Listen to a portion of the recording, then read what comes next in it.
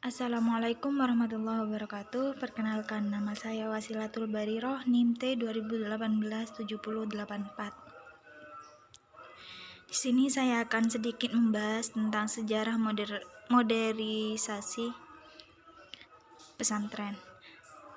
Yang mana pesantren merupakan lembaga pendidikan yang berakar panjang pada budaya bangsa Indonesia.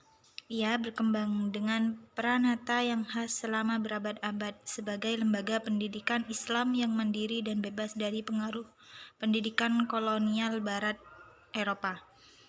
Modernisasi sistem pendidikan pesantren senantiasa berevolusi, berkembang secara perlahan menuju perbaikan yang terus-menerus.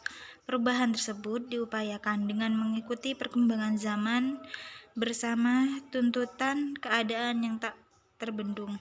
Hal ini terlihat dari sistem pendidikan pesantren yang menjelma menjadi madrasah.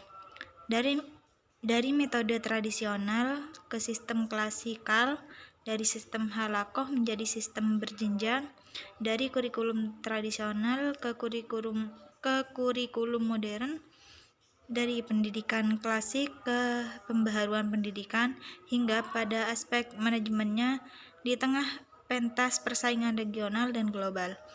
Modernisasi sistem pendidikan pesantren tersebut diupayakan mampu mempertahankan eksistensinya sebagai lembaga pendidikan yang menjaga identitas bangsa.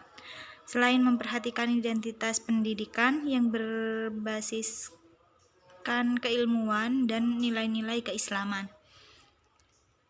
Selanjutnya, dalam tinjauan historis tentang pesantren masih dibatasi pada persoalan sejarah pertumbuhan serta gambaran secara umum mengenai pesantren itu sendiri. Hal ini karena berkaitan dengan sulitnya mencari data-data sejarah tentang awal berdirinya pesantren.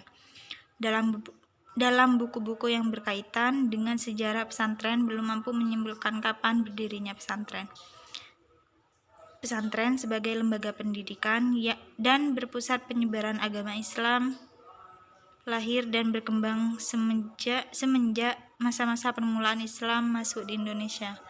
Di Pulau Jawa, lembaga ini berdiri untuk pertama kalinya di zaman Wali Songo.